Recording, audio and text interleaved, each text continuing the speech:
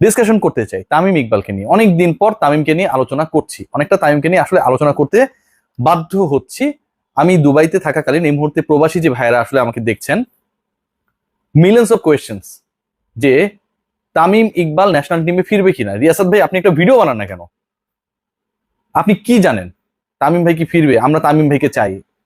এবং বাংলাদেশ দলের সৌম্য সরকার টুকটাক রান করলেও তানজিদ হাসান তামিম কিছুটা অফ ফর্মে, সেটা এবং বাংলাদেশ দলের র্যাঙ্কিং এর নিচে নেমে যাওয়া, বাংলাদেশ দলের আপকামিং চ্যাম্পিয়ন্স ট্রফি নিয়ে যে এক্সাইটমেন্ট সবার মধ্যে কাজ হচ্ছে, সবকিছু মিলিয়ে তামিম ইকবাল একটা গুরুত্বপূর্ণ টপিকে পরিণত হয়েছেন। এবং মজার ব্যাপার যেটা, তামিম ইকবালের আলোচনা শুধু দুবাইয়ে বাংলাদেশের প্রবাসী ভাইয়েরা যারা কাজ করেন বিভিন্ন ক্ষেত্রে তারা না, সিলেকশন কমিটিতে যারা রয়েছেন তারাও এই ব্যাপারে আলোচনা করছেন। তামিম ইকবালের এদিকে প্রস্তুতি যেটা আমরা দেখছি যে বিপিএল ঘিরে তার প্রিপারেশন চলছে, প্রতিদিনই কেউ না কেউ তামিমের অটোগ্রাফ ছবি তোলার আবদার নিয়ে যাচ্ছে, সবকিছুই তিনি হাসি মুখে মেটাচ্ছেন, তিনি তার প্রসেসে রয়েছেন, তামিম তার প্রসেসে রয়েছেন। প্রশ্ন হচ্ছে তামিম ইকবাল ফিরবে কি ফিরবেন না, দেশে বিদেশে সিলেকশন কমিটিও এই ব্যাপারে মন্তব্য করেছে তামিম কি আদৌ ফিরছেন নাকি ফিরছেন না। এই নিয়ে আমার বিশ্লেষণ একদমই আমার কাছে মনে হয় যে এটা মানে প্র্যাকটিক্যালি যে ঘটনাটা করতে পারে সেই কথাই আপনাদের সাথে আমি এই মুহূর্তে শেয়ার করতে চাই। দেখুন, বাংলাদেশের হয়ে তামিম ইকবাল যদি খেলতে চান তাহলে সেই খেলাটা হবে শুধুমাত্রই চ্যাম্পিয়ন্স ট্রফি। ওয়েস্ট ইন্ডিজের এগেনস্টে বাংলাদেশ যে খেলবে, এটা যেই সেট আপেই খেলুক না কেন, আলটিমেটলি ওয়েস্ট ইন্ডিজের এগেনস্টে বাংলাদেশ দলের ওয়ানডে সাইডে সাকিব আল হাসান থাকবেন কি থাকবেন না এটা একটা প্রশ্ন, কিন্তু তামিম ইকবাল এখানটায় খেলবেন কি খেলবেন না এটা কোনো ধরনের আলোচনা বা প্রশ্ন কিংবা যেটাই বলি না কেন যে গোল টেবিল বৈঠক যেটা হয় যারা নীতি নির্ধারণী পর্যায়ে রয়েছেন তাদের কারো মধ্যেই নেই। আমি আবারও রিপিট করছি, ওয়েস্ট ইন্ডিজের বিপক্ষে বাংলাদেশ ওয়ানডে খেলবে এবং এটা হচ্ছে চ্যাম্পিয়ন্স ট্রফির আগে একমাত্র সিরিজ, এরপরে আর খেলার সুযোগটা নেই ওভাবে। সেখানটায় সাকিব আল হাসান থাকবেন কি থাকবেন না এটা নিয়ে এক্সাইটমেন্ট রয়েছে, কিন্তু সেই সিরিজে তামিম ইকবালকে নিয়ে নেওয়া যেতে পারে কি পারে না এই ব্যাপার নিয়ে আলোচনা নেই। Point number 1।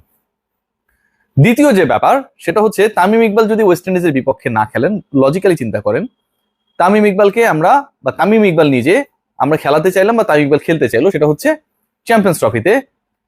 তামিম ইকবাল খান নিজে কি ইন্টারন্যাশনাল ক্রিকেটে প্রায় একটা বড় গ্যাপের পরে, সেটা প্রায় 20 মাস হয়ে যাবে সেই পর্যন্ত, চ্যাম্পিয়ন্স ট্রফির মতো বৈশ্বিক আসরে সরাসরি খেলতে চাইবেন?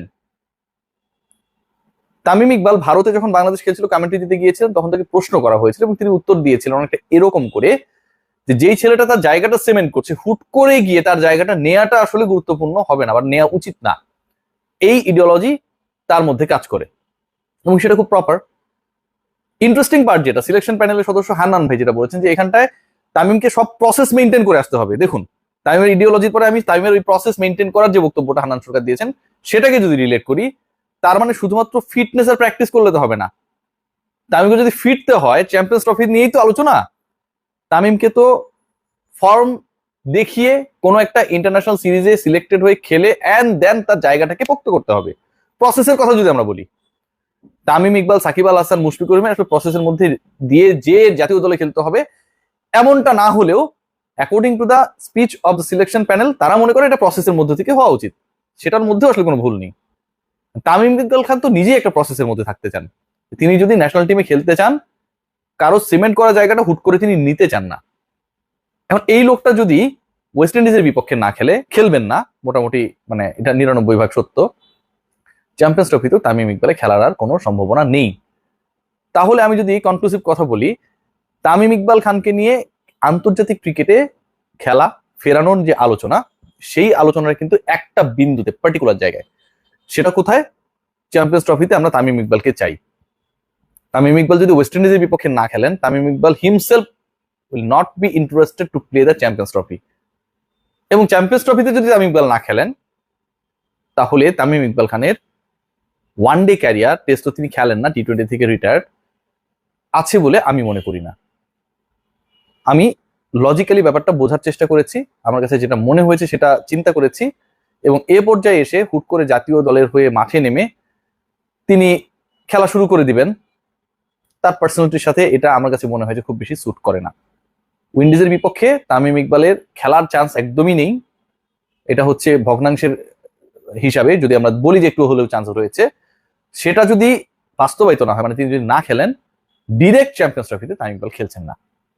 এটুকুই আজকের আলোচনা। সবাই ভালো থাকবেন, টেক গ্রেট কেয়ার।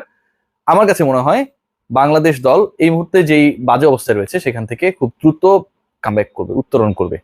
যখনই খারাপ সিচুয়েশনে বাংলাদেশ থাকে তারা এত দারুণভাবে ফাইট ব্যাক করে, সবাইকে একদম উন্মাদনের ভাষায়।